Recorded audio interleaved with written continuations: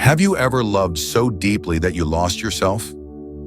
In this video, we explore the journey of the empath trapped in a relationship with a narcissist, how they awaken to the shadow within, confront painful truths, and reclaim their boundaries and self-worth.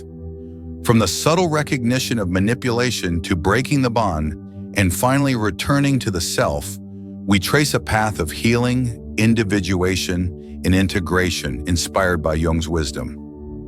Witness the transformation from dependency to autonomy, from illusion to truth, and discover how true love begins not with others, but with oneself. What happens when love makes you lose yourself? Join us as we explore the empath's journey with a narcissist, from manipulation and self-erasure to awakening, breaking the bond, and reclaiming the self. The mirror and the mask. They meet in the quiet chaos of attraction, not the kind that shouts, but the kind that hums beneath the surface. An invisible pull, a recognition that feels ancient. The empath feels seen for the first time. The narcissist feels adored. It begins as light. They mirror each other's best selves, reflecting only what each wants to see.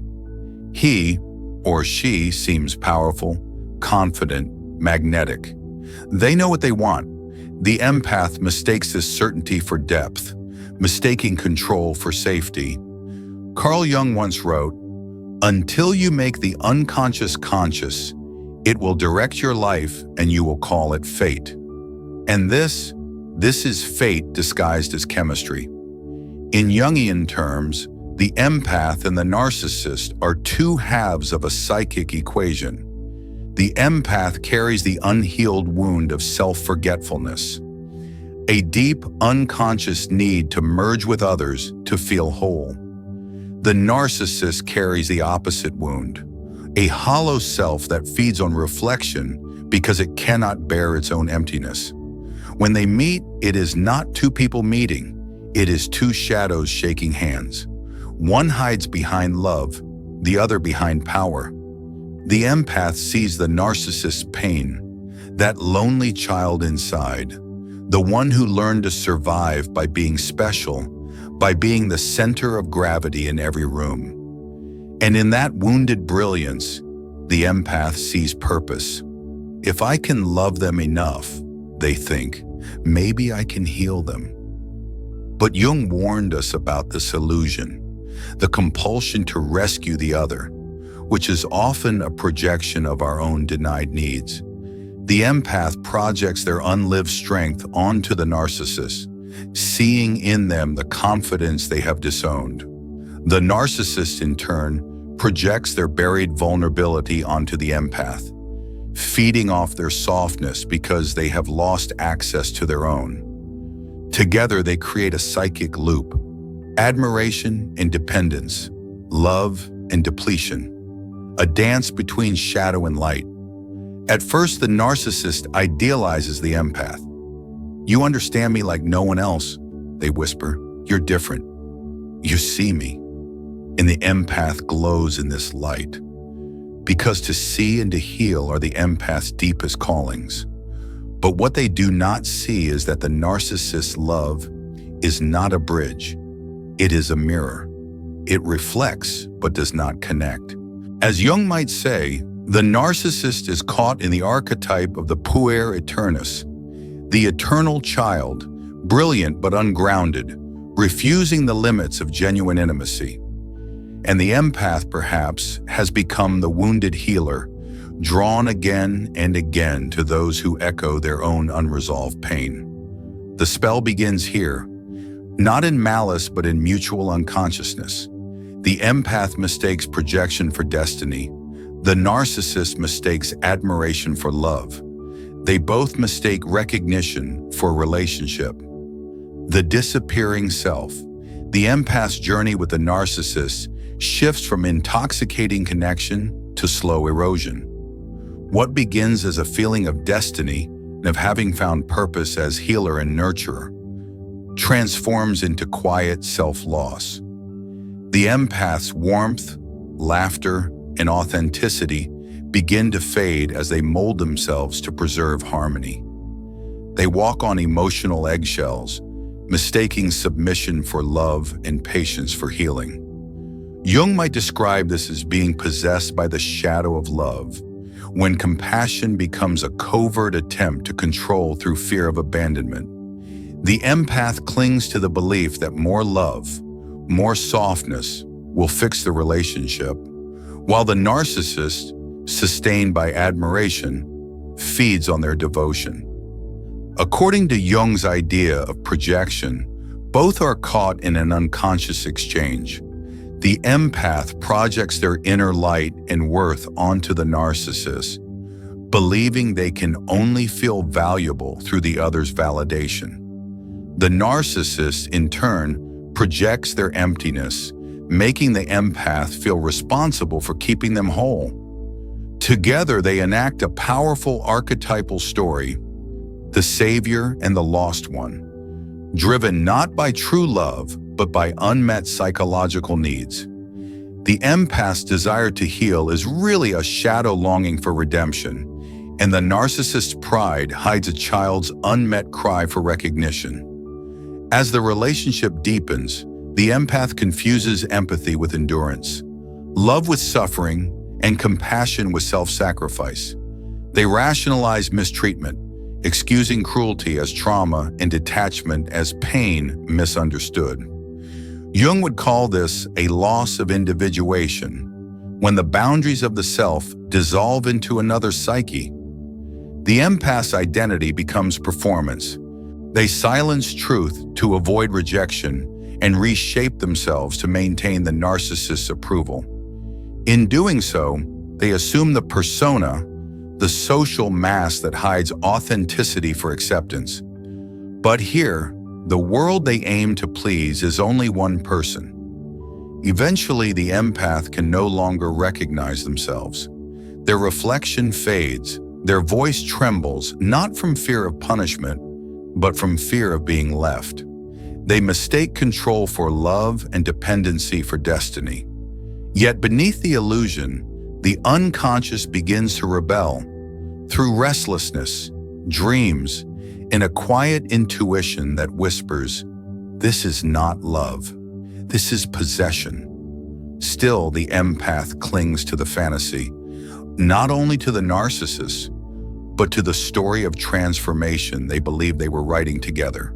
They stay suspended between idealization and devaluation, pulled by hope's gravity. But what they truly long for is not the narcissist. It is the reflection of their own unlived self, the beauty and depth they once saw mirrored in the other. The love was real, but it was theirs all along. Until they reclaim it, they remain bound to the illusion, the awakening of the shadow. The empath begins to sense that something is deeply wrong in their relationship with the narcissist. Initially subtle, a whisper of unease, they notice the warmth that once existed has vanished, replaced by tension and a sense of walking through darkness. Compliments feel transactional, affection is conditional, and love appears rationed. This moment marks the stirring of the shadow, the part of the psyche Jung described as containing everything the conscious self has repressed. For the empath, the shadow is anger, buried beneath endless kindness and the compulsion to save others. They recognize that in trying to heal everyone else, they have abandoned themselves. The empath begins to see that their so-called empathy has been intertwined with fear of being unloved, unseen, or alone. Compassion has turned into self-erasure and love into submission. This realization provokes an internal revolt.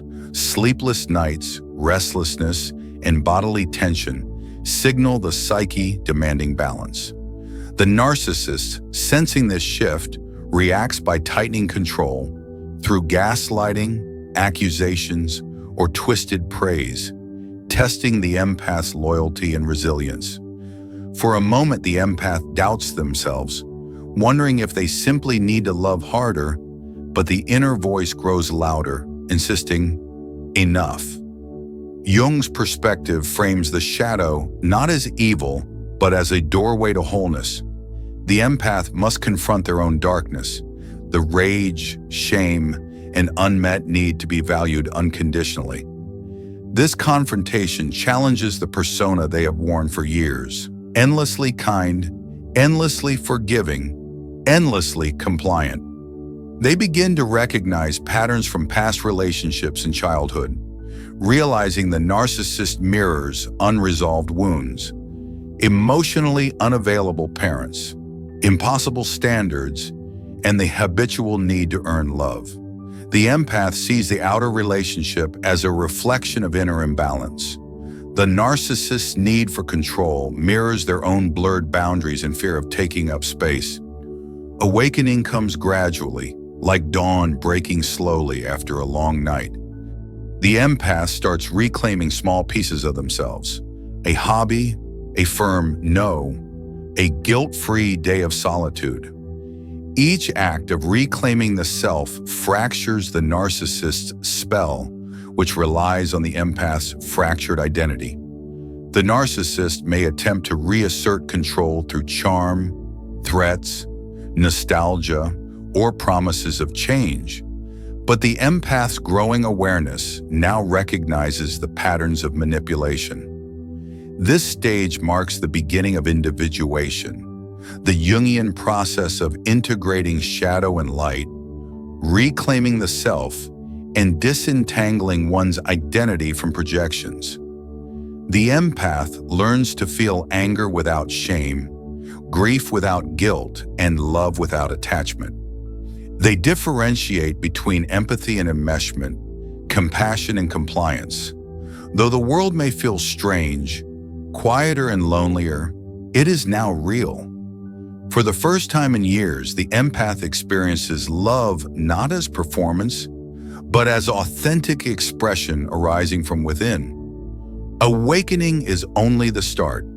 The next challenge is breaking the bond, stepping out of the narcissist's orbit and becoming fully self-directed, no longer a mirror, but a whole autonomous individual. Breaking the bond. The empath reaches a quiet, internal decision. Staying in the relationship is no longer love, and leaving is no longer betrayal.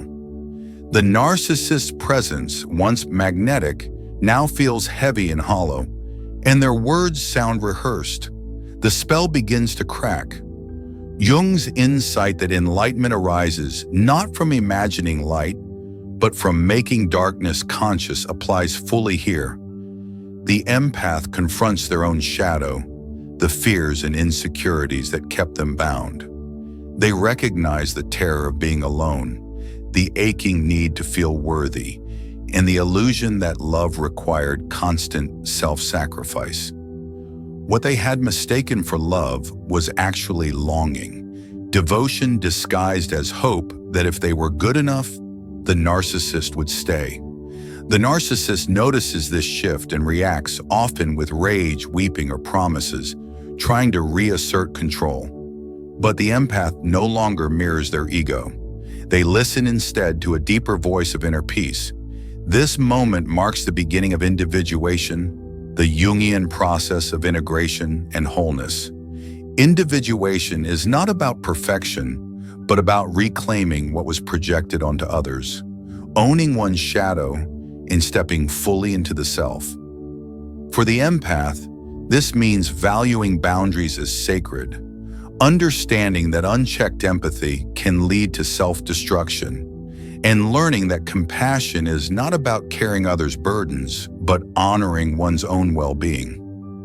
The empath begins to see the narcissist not as a villain, but as an initiator, a mirror reflecting the empath's unresolved wounds.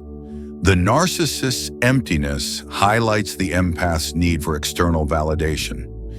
Their arrogance exposes the empath's quiet shame. Their lack of empathy forces the empath to cultivate self-empathy.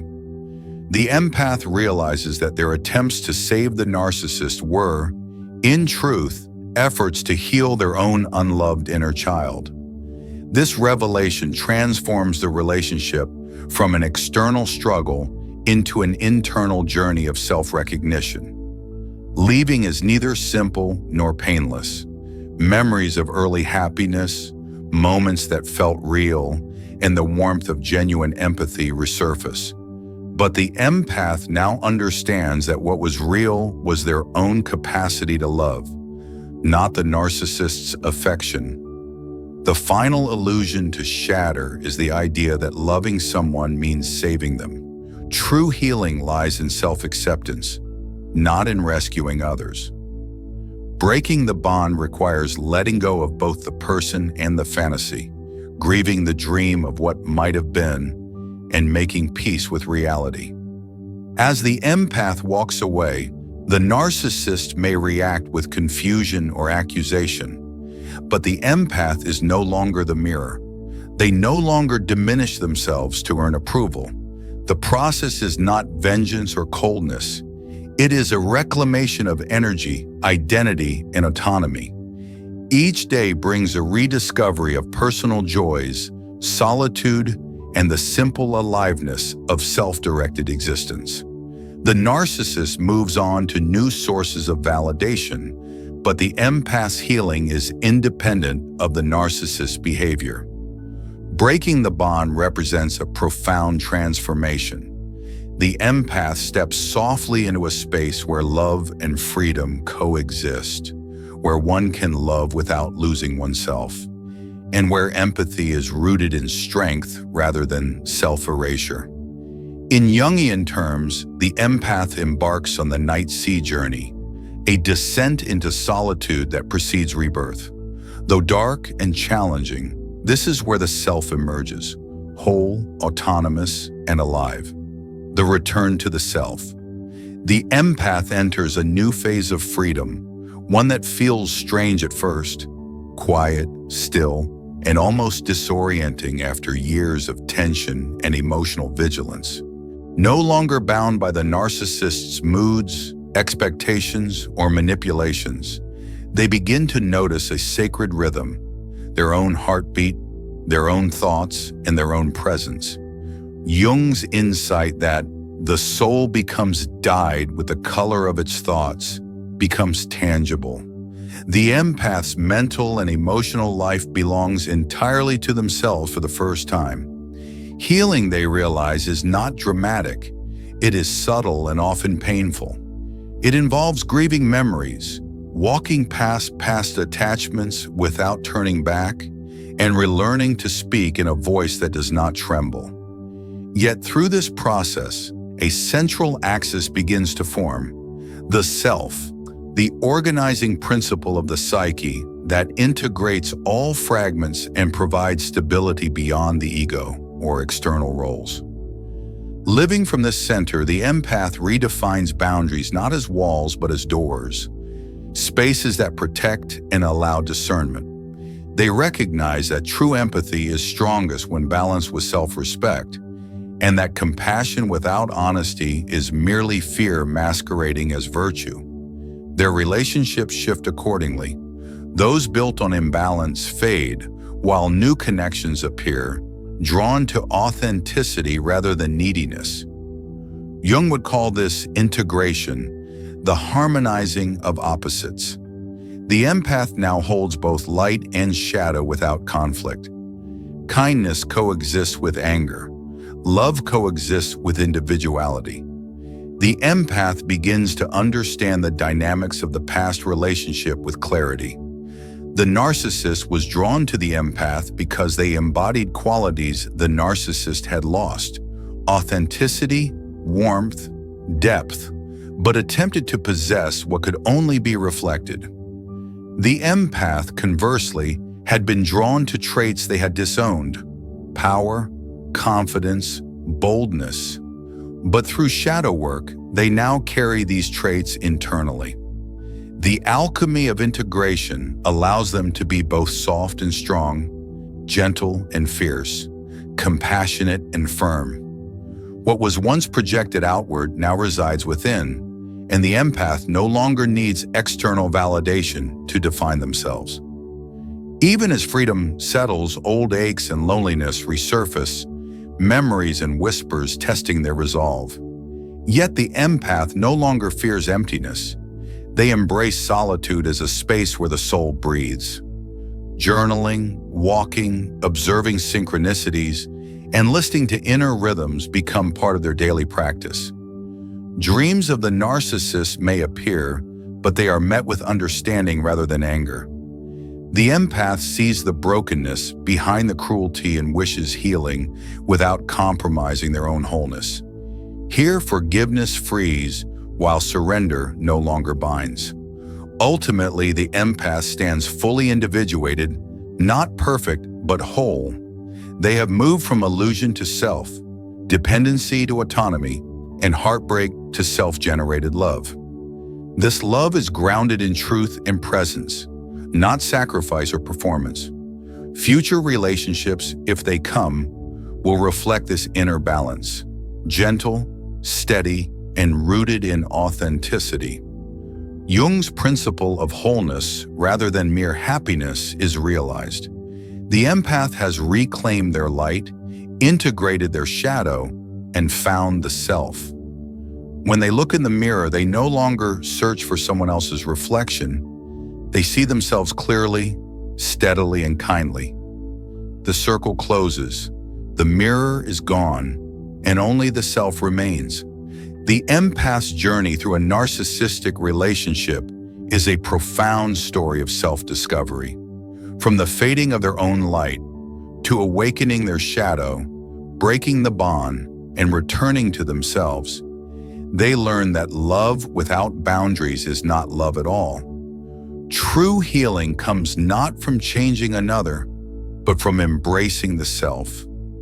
Light and shadow, strength and vulnerability. Through this process, they reclaim autonomy, discernment, and authentic connection. The narcissist was never the goal. They were a mirror reflecting what needed healing within. Subscribe and share if you're ready to embrace your own journey toward wholeness. Thank you for watching.